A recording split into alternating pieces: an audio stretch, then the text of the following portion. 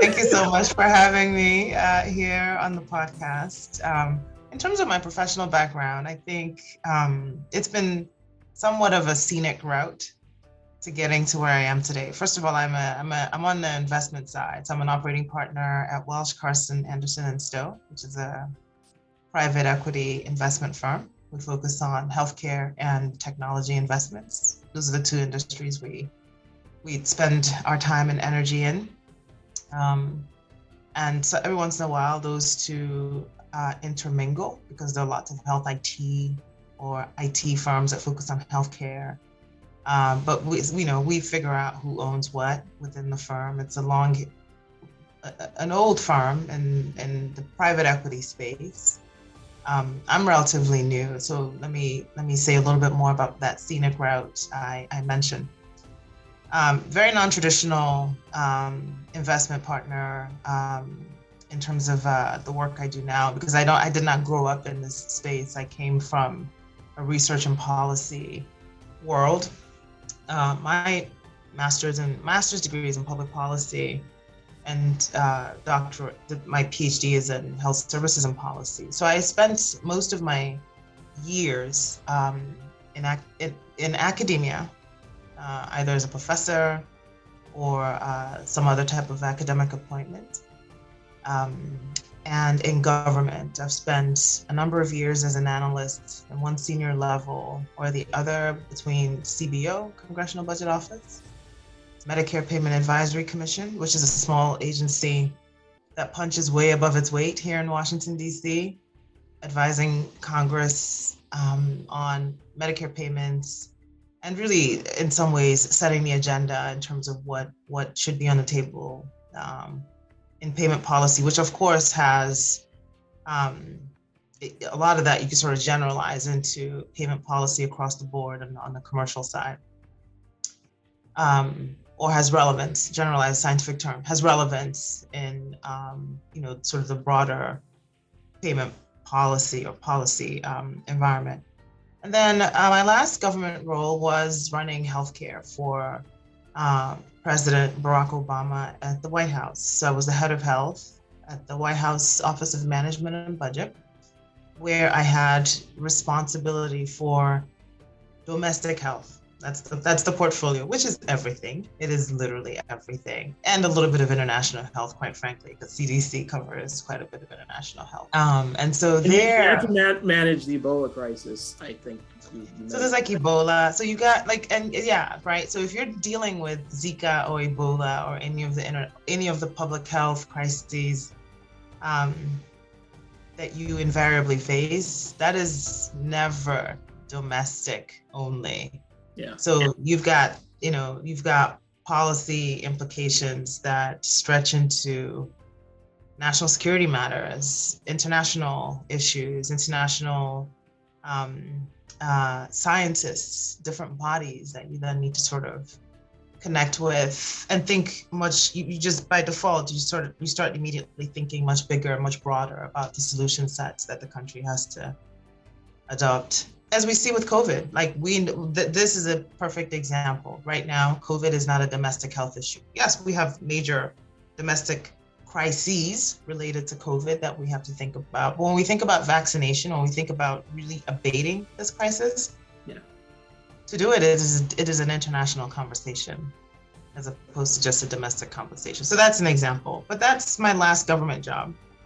And then other than that, I've spent a number of years in the consulting space as well. So I've, some firms you might be familiar with, Lowen Group. The last role I had was running a company called MedPAC, which was a large consulting firm that covered health, labor, education, and international development. And took that through a sale, got it acquired in 2020. And took some time off after that, and here I am in private equity. So that's my career in a nutshell. Awesome. So, are there any roles that are outside of I'd call it private equity, where you are, potentially looking at not necessarily nonprofit work, but things more around impact particularly for underserved populations, in addition to, you joining our IMPAQ Advisory Board here at Indigenous Health Group. Just kind of curious about your other forays into this space around health equity.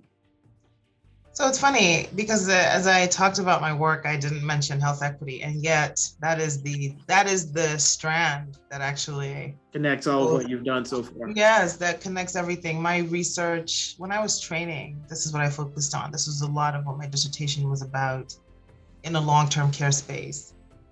What attracted me to health in the beginning wasn't necessarily to make things better for the folks who were doing well. I knew that some of the most vulnerable people were older adults. Many of them are women. Many of them are Black women, women of color.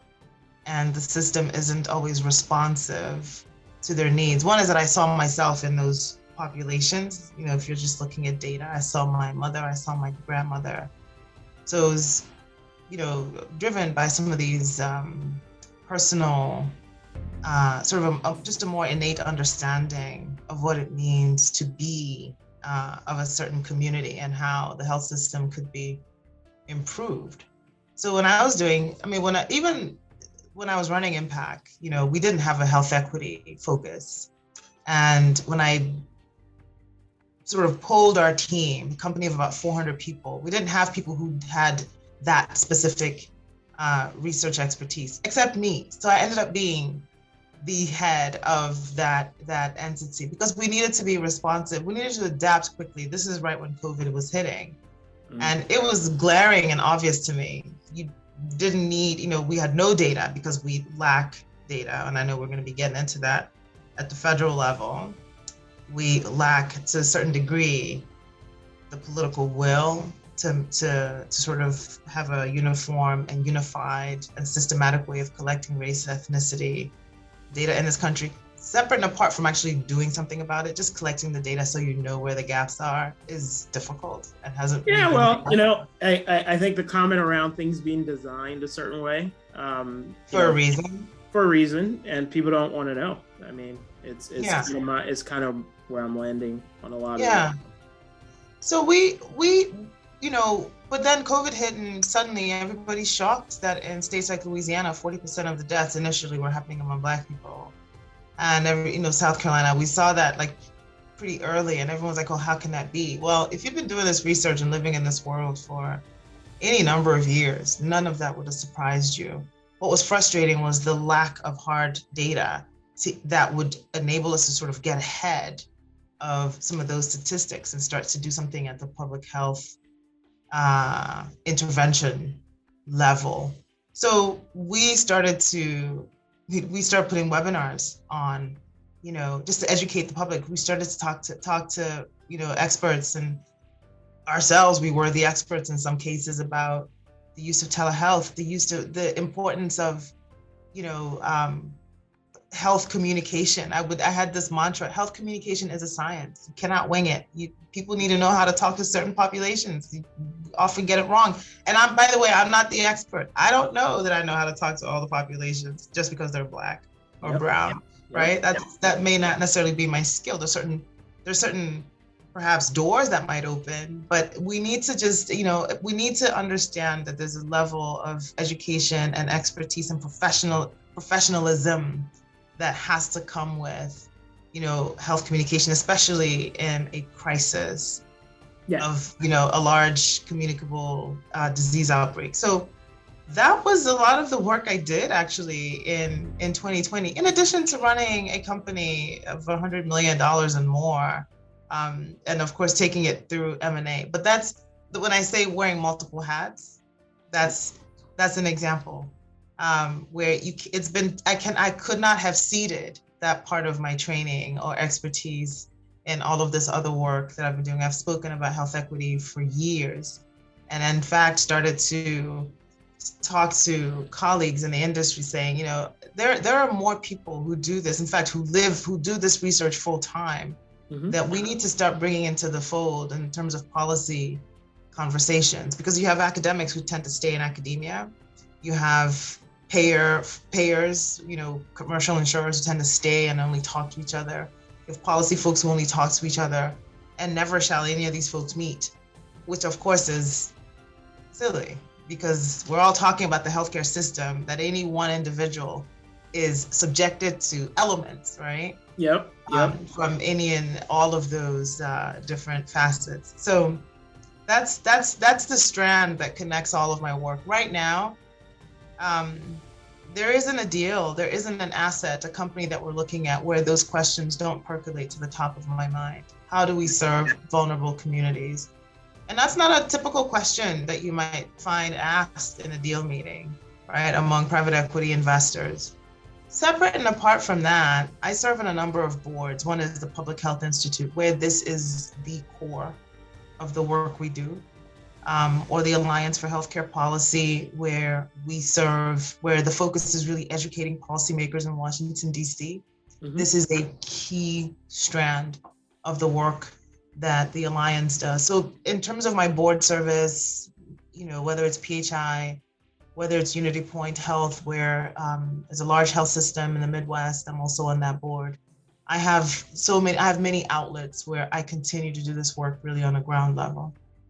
Have you seen any transition in how the questions around health equity or serving vulnerable populations have shifted or changed in a meaningful way since the civil unrest that followed the murder of George Floyd? Or has it been, a lot of big talk, but no follow through? Just kind of curious. The talk has actually diminished. I think there's a little bit more self-awareness, actually. Okay. A little bit more awareness about how empty and hollow the talk was 3 years ago. That's when I was more worried, to be honest with you, because people were throwing around phrases like social determinants of health without a clue as to what it meant. And I was doing consulting, and 4 years ago, I sat in a meeting where, well-meaning people were talking about interventions that they could deploy to address gaps in care, right? So gaps in access, et cetera. Yep. And it occurred to me during a conversation that it just seemed very disjointed. The people in the room, well-intentioned as they were, did not really understand the needs of the community and had not sort of worked to ascertain what some of those needs were specifically. And I asked, has anyone talked to anyone from the community? And the question back to me was, why would we? And that in itself speaks volumes. It's unfortunate. It does speak volumes that folks. But that's where we were. That's where we were not that long ago. And I actually think that now, at least in some of the rooms where I'm, the conversations I'm privy to, the rooms where I'm sitting, there's a bit more awareness that that is not a step you can skip. You actually have to talk to people. You can't assume anything because there might be some latent issues, unspoken issues that you're completely unaware of. I think there's been some evolution, and I think as people have learned, as chief health officers have, I don't want to say proliferated, but have certainly sort of grown in number, and there've been more chief health and chief community officers. You're starting to see more of that focus and the care delivery done through that lens of the community's interests and the community's needs. I think you're starting to see a little bit more of an evolution, at least in the talk. Evolution in the talk, incremental change is what I'm hearing. Because a lot of the chief health and chief health equity officers I've spoken to have essentially said, yes, I have the title, I don't have a budget, I don't have staff, and I really don't have a mandate. And so a lot of it might be in the window dressing category. And so we'll see over the next 2 years. 2 years. Pretty much. We'll know. We'll know in 2 years. Mm-hmm. So what would you say when you think about your time in government or pre-private equity that you've taken from that experience, maybe like when you were at OMB, wearing multiple hats, that's sort of helping you now with what you're doing professionally? And if there are any pros and cons to having that experience in your back pocket? There are no cons to having that kind of experience. There's literally nothing one can lose in having because it's such a privileged seat to have occupied. You see the healthcare infrastructure in a way that you're just never going to see. I mean, and I knew this as soon as it took me 2 days to know what I had been handed. And it was heavy. It was a very heavy load. There's a reason why people in White House roles age very quickly. It's a huge burden. If you know what you're doing and you understand your job, you know that there's a lot at stake. Yeah. So no con, it was an absolute honor. But I think I took away lots of things. One is that the infrastructure is vast. And that's a good thing and a bad thing, right? It means that it's a big ship, it's hard to pivot, but it also means that there are many elements at our disposal that we can bring to bear to solve big problems. And we did that a whole bunch during my time. And certainly now you see that, and it's something to behold. We were just sort of joking about being Nigerian. I was also just in Nigeria, so it's good to have a different perspective. Yep. Time to time, there is government at work, and then there's government not at work. Yes. Right. And when you see government at work, or at least the public sector and the machine of the public sector being responsive, it's different. You never take that for granted, especially when you know what it means. when you know what it means that government is not at work, right? Yes. Yes. So I will just leave it at that. I've seen the counterfactual. Sort of thinking through the issue of health equity, health disparities, and how a lot of it starts with representation when it comes to funding research, or when it comes to participation in research, and wanted to get a sense from you while you were in that privileged seat, how those issues were considered, and how some decisions were made, particularly around researching conditions where there were either these health disparities that you're aware of, or conditions primarily impacting people of color. So I'll pull up a couple of slides just so we have something to look at, and would love to get your perspective on what we have on the slides, and really what your experience was kind of thinking and dealing with some of these issues. Yeah, let's look at the clinical trial participants. 76% European ancestry, 17% other, 7 African ancestry.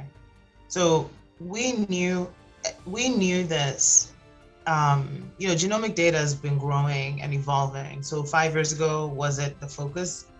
Probably not as much as clinical trial participation was, at least for me when I was in the public sector.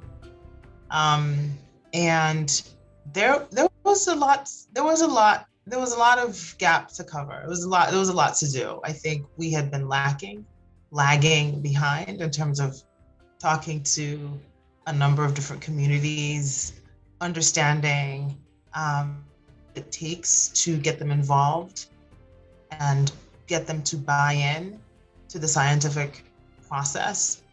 And it goes back to, it's not just talking to folks, it's even just sort of going back to the clinicians and the physicians that these communities, who practice in these communities, and making them aware of clinical trials, so that when people are seeing their doctors or their nurse practitioners, those clinicians are armed with the right information, or the most up-to-date information. So we had gaps, not just with the populations of the people themselves, but with their actual providers. I mean, there are gaps there as well.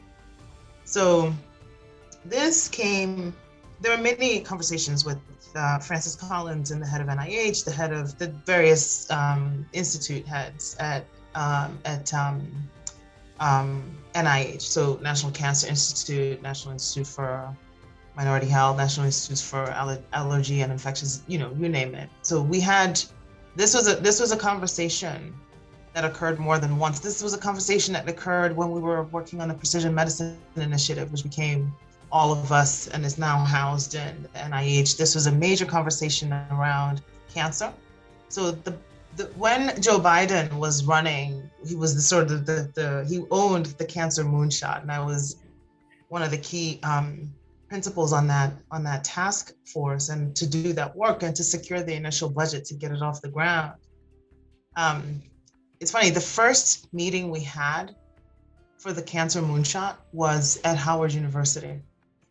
And it was chosen, that location and that university was chosen specifically to anchor this conversation around clinical trials participation by diverse communities. That was the anchor of launching the cancer moonshot, because you can't solve cancer, you can't cure cancer, you can't make 10 years. At the time, the goal was to make 10 years worth of progress in 5 years. Yeah. And throwing everything at it. That was the expressed goal. You can't do that and leave people of color out of the conversation. And, but we have a long history of doing exactly that. So how do you then pivot and not just bring along scientists and making them much more aware, much more cognizant of what is the blind spot in some cases, but just recklessness and, you could throw a lot of other words at that, but also communities themselves. And then of course the clinicians who serve those communities. And as you know, this was university, this was, pharma, this was, clinics. This went up and down the chain in terms of the different actors. So this is something that we just could not afford to be lukewarm on. It is hard to do. It's very hard to do, and it's very slow. Going back to the previous question you asked me, what was another takeaway, Michael, from government service? I love this visual. You know how sometimes we talk about progress is like, you move a rock, but it's suggested it's smooth, or maybe even a cylinder. So there's a smooth surface upon which you can then roll. Yeah, that's not it. That's not the way it feels in terms of change. What it feels like is a block, which is, a rectangle. No, I get the visual. I get the visual. You get the visual? I get the visual. You have to move it takes everything to move it to get over that one corner, right? That one, like I said, I get the visual, and I also know that while you're doing that, there are people holding your legs, and there's someone pushing the rock from the other side. Exactly. There's probably an avalanche. So exactly. I've been in government. I'm fully aware. You know this, yes. Oh, I know this. The curious question, which leads me to the next slide, is as part of that decision of let's throw everything at it, were policy approaches explored that would mandate a certain minimum participation of these communities that were left out, or was that not brought up or on the table as something? I wouldn't say mandate. Yeah, I would not say mandate was a specific conversation that I was part of. Okay.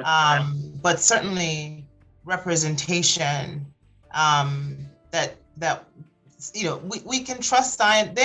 These are scientists who know statistics, mm-hmm. right? And they know it well, mm-hmm. and they do. And they participate in every phase of clinical trial, whether it's design, whether it's implementation, whether it's the DSMB, whether it's other analyses, whether it's in health economics and outcomes research. Statisticians, mathematicians, and other scientists are part of that whole ecosystem. They know what representation means. Oh no, this is what I'm saying. So I look at it this way. We say, wear seatbelts, and then it's part of, the rules. Or there are different things FDA looks at before they approve a drug. And so for me, especially if the conversation is let's throw everything at it, I was kind of just curious why they didn't really look at, and maybe it's for other reasons that are unknown. Just kind of curious why it wasn't looked at to just say, this is the statistically significant level of participation for this to be relevant to the American population or even the global population. Let's put this on the books. Yeah, it's not that we're not going to get through the review process without meeting that requirement. But it's not that clear cut. One is that it depends on a condition. It depends on what you're studying. It depends on the intervention. So that is really, And that's what I mean by the statisticians, the content experts are involved in every phase of this scientific process. Mm-hmm. They know what representation means. They know what it means, even if you're looking at it on a case-by-case basis, on a disease-by-disease basis. Even if you're looking at a single type of disease, you might be looking at different interventions where representation could mean different things, right? Depending on the intervention. So it's hard to discuss sort of a blanket mandate. No. I wouldn't consider this blanket. It's more of the context of, who bears the disease burden, mm-hmm. or potentially where is that disparity in outcomes? Yes. How do we then prioritize those conditions, those populations, and say, because this is who this affects, should have this perspective on how many people should be. That is the conversation. That is the conversation. I think execution has been lagging. I don't know that people know exactly what to do. I also don't know that academics necessarily are in the same plane as industry. Can you elaborate on what you mean by that when you say academics are not on the same plane? I think, I don't know, and I don't know this for sure, but I suspect awareness and, the inclination to, address some of these gaps in terms of representation might be, an IRB in an academic institution may have a different or perhaps an elevated. This is a hypothesis I'm guessing here, but they might have more of an inclination to pay attention to this than a manufacturer, for-profit, CRO working for for-profit or manufacturer. But that's my guess. I don't know that for sure. I just it's just a hunch. So. There's just different missions. You have different focus. You have different. What's the plural for focus? Foci. British education come in. So I think that how universal are some of these considerations? I think probably differ depending on where you are in the ecosystem. Inclinations to address them now, or a sense of urgency around addressing them, and then resources to actually engage the providers, the communities, even the know-how, getting the right people who know how. It's one thing to talk about these things. I always sort of come back to it. It's another thing to get people who know how to do it, or who to talk to, who to engage, who have credibility, quite frankly. We haven't even talked about that. Who can talk to some of these communities of color who have a long history of very tense, adverse,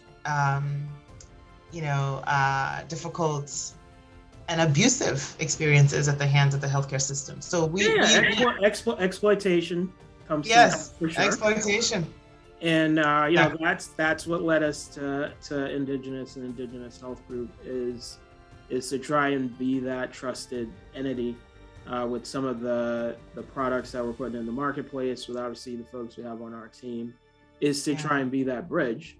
But in as much as we try and be that bridge, the support from a policy perspective on sort of requiring some of this would definitely be kind of a shot in the arm to kind of help the cause, if you will. But then the other piece that I wanted to bring up as I flip to the next slide is really around funding.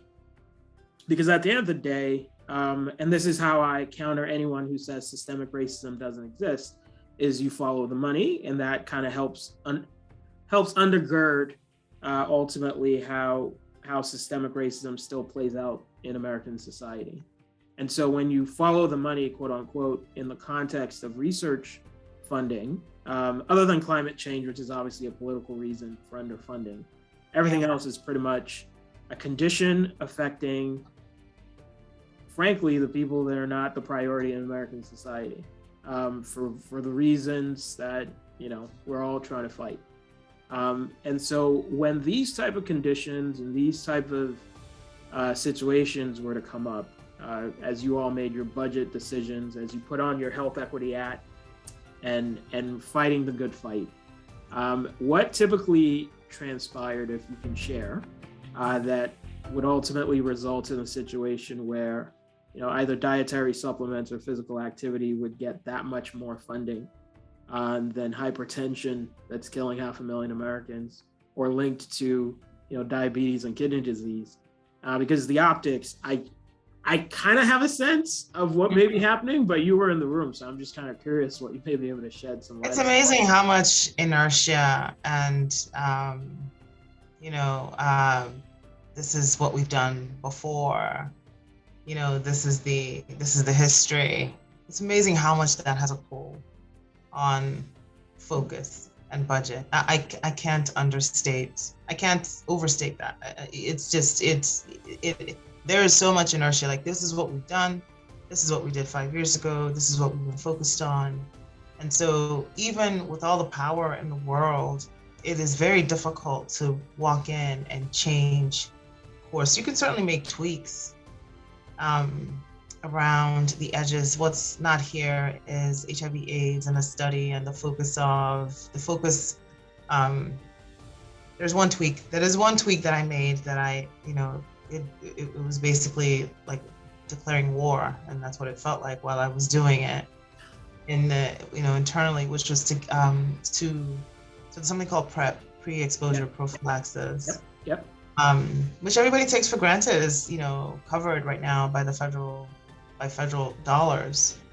The administration of PrEP to some of the highest risk individuals. That was not the case when I was in government. And I thought that was the silliest thing. I was like, this is available. Most people don't have access to this. There should be federal funds, and like less than rounding error. There should be federal funds dedicated to this on a demonstration basis, a pilot basis. I cannot tell you how difficult it was to do this. I had to do so many things, hold so many meetings, fight this internal structural, institutional pull against making such a change. The first thing I did was to make sure that it was in the draft, Office of the National AIDS Policy, which is run by Doug Maxwell at the time. I said, let's preview this in the draft circulating. Let's get this in. Because I'm going to do it. And, I remember that community of advocates were shocked when it was actually in the budget. They were shocked because apparently it was impossible. Yeah. And it was very difficult, even again, for someone who was in a position to pull big strings. Another one was funding for race and REACH. It was called the REACH program, Race, Ethnicity, and Community Health Program, getting federal funds to continuing the federal funds. Again, this is less than rounding error. If I tell you how many millions I'm talking about, you'd laugh, because when you think about the context of the federal budget, these are not usually billions. Again, for that to be in the budget after it wasn't in the budget for a long time, believe me, the public health folks noticed, and I heard from them. How difficult was it to do? Very difficult. Just put it in the budget, especially when it's just like one person. And the reason I was able to do it was because I was the boss. If I had not been a very senior person with very few people, basically the cabinet secretary and the president above me, it would have been very difficult. It would not have happened. So there are moments like that remind me, and I guess I'm sharing with you, how there is, and you've been in government, so you know this. Yeah. It's a big ship. It's a big ship. Yes, and a wholesale pivot is hard. It's very hard. I wouldn't consider health equity a pivot, though, or it shouldn't be. So it probably is, but it shouldn't be. Is kind of how I would. When did we start using the term? Let me just challenge you on that point. I know it's a couple of years. It's a couple of years. Yeah, we're still defining it. We're still defining. I guess I look at it as, I say this a bunch of times, and there's evidence to support it. which is, underlying cause of health disparity is poverty and systemic racism. And so ultimately, if you're trying to address those two big things, really putting more money into the healthcare system is probably not how you solve for those two things. And in the context of budget allocations, kind of to your point of this is what we spent last year, how do we marginally improve or reduce it? If you're now saying we want to achieve health equity, but we have to invest in things that address poverty and systemic racism, that doesn't sound like more money is going to the dominant health system. And so they're not going to like that. Mm-hmm. I mean, it's interesting. It took me a while actually to come to this point because I thought health could muscle its way through the world and solve it. I was there for a long time, so I'm not ashamed to admit that I was. You thought health could do it all. I thought health could do it. I thought we had no choice but to have health be the hub. I haven't divorced myself from that opinion yet because I have a hard time coming up with an alternative. If it's not health, where do we? It could be life. It's what they call the social drivers of health, right? Well, yeah. So it's actually technically the fundamental causes of health, right? I can start quoting you citations from. I don't want to. I'll stop myself from doing that. So, but the literature is very clear. I mean, the literature is quite old, right, in this space, that what we see show up in the healthcare system, existed. The antecedents, right, are from education. They are from housing, work, what kind of work you've been doing. Yeah. So which of course then translates to income, where you live.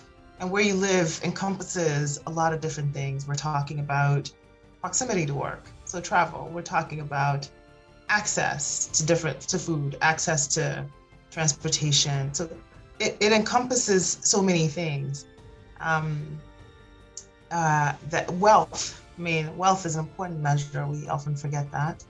In this country, what we often call social determinants of health, people conveniently, I don't know if it's convenient or they don't know, but they often leave off race, which is the factor in the United States. It is the one organizing factor. It is how we have, in the history of this country, it has been how we've allocated resources. Yep. And that's why I don't care what data set you're looking at.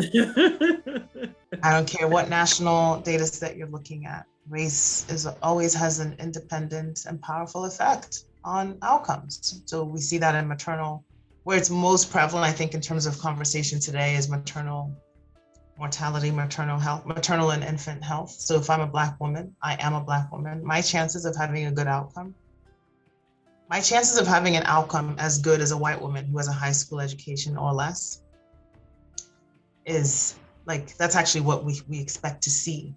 That my chances at my income and education level as a Black woman, my outcomes are likely to be on par with the white woman who has less than a high school education, which makes no sense, right? No, other than systemic racism, which is. Well, that's the point. It makes no sense. So that's when you then have to say, and whether we like it or not, and I've told people this, that the sooner you tell yourself the truth about some of these facts of the U.S. society, the better. And I always, this is a podcast. I often speak on this issue, and Michael, you might find this funny. I recommend books. People are like, oh, well, what should we be thinking? I'm like, you should read. Yes. You recommended a book to me. I read it. Social Transformation of American Medicine. Written in the 1980s. It was written in 1980. All of it still stands true today, which is a shame in a sense. I'll take that as your thank you, Michael. You are welcome. I am happy reading that we can't finagle our way through this without understanding history. Yep. The one I'd recommend for our listeners today, let me think, maybe two that I'd recommend. The one on actually a couple of books on housing. Matthew Desmond, who wrote Evicted. I don't know if you're familiar with that book. Pulitzer Prize winning book. Okay. if you want to understand how destabilizing in life unstable housing or insufficient housing can be, that is the book to read. It is a powerful, powerful account of multiple families in the city of Milwaukee. I read this book a while ago. There's another one that I'm forgetting. I'll look it up as we're talking, or maybe you can look it up for me, but it's also about housing and access to finance, and how a lot of these decisions were, again, made entirely based on race for a long time. Yep. Redlining, understanding how redlining occurred. And, you know, a lot of what we have in this country, whether it's education, whether it's access to hospitals or healthcare, start with where we live, right? Yeah, and safety, like measures of safety, all of those factors are intertwined with where we live. So I think just having a good understanding of that sometimes, I think, helps understand why we have some of the outcomes we have in healthcare. No, I couldn't agree more. And a lot of what we're trying to do now is to, you know, just bring some of this information to the forefront. So yeah, partly why we're having this conversation. The other piece of it is really looking at the technology that we can develop and kind of put out there. And so one of those things is the Genius app that we've built.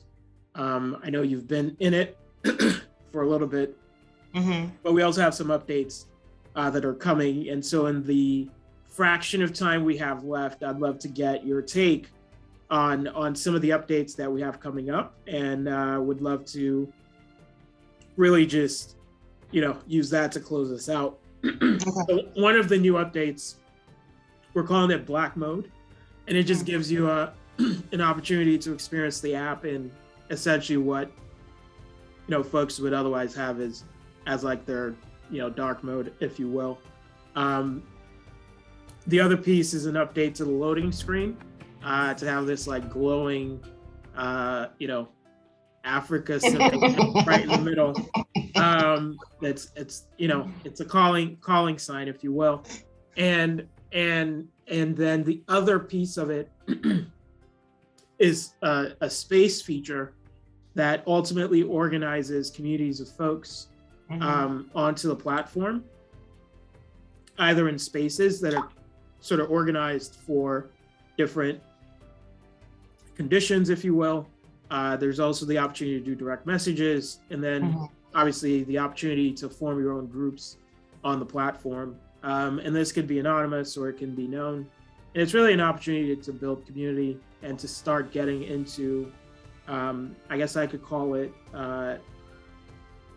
curated spaces where culturally relevant information is provided, and conversations can start and evolve into meaningful engagement with experts in those spaces. And so everything from, you can think of a space that's like dedicated to something like, you call it diabetes, ultimately having not just some random person on Facebook being the voice of reason in said space, but rather looking at you know, voices from people who've been vetted, who are relevant in that space, right? So it's not just someone saying, oh, look, I'm a doctor.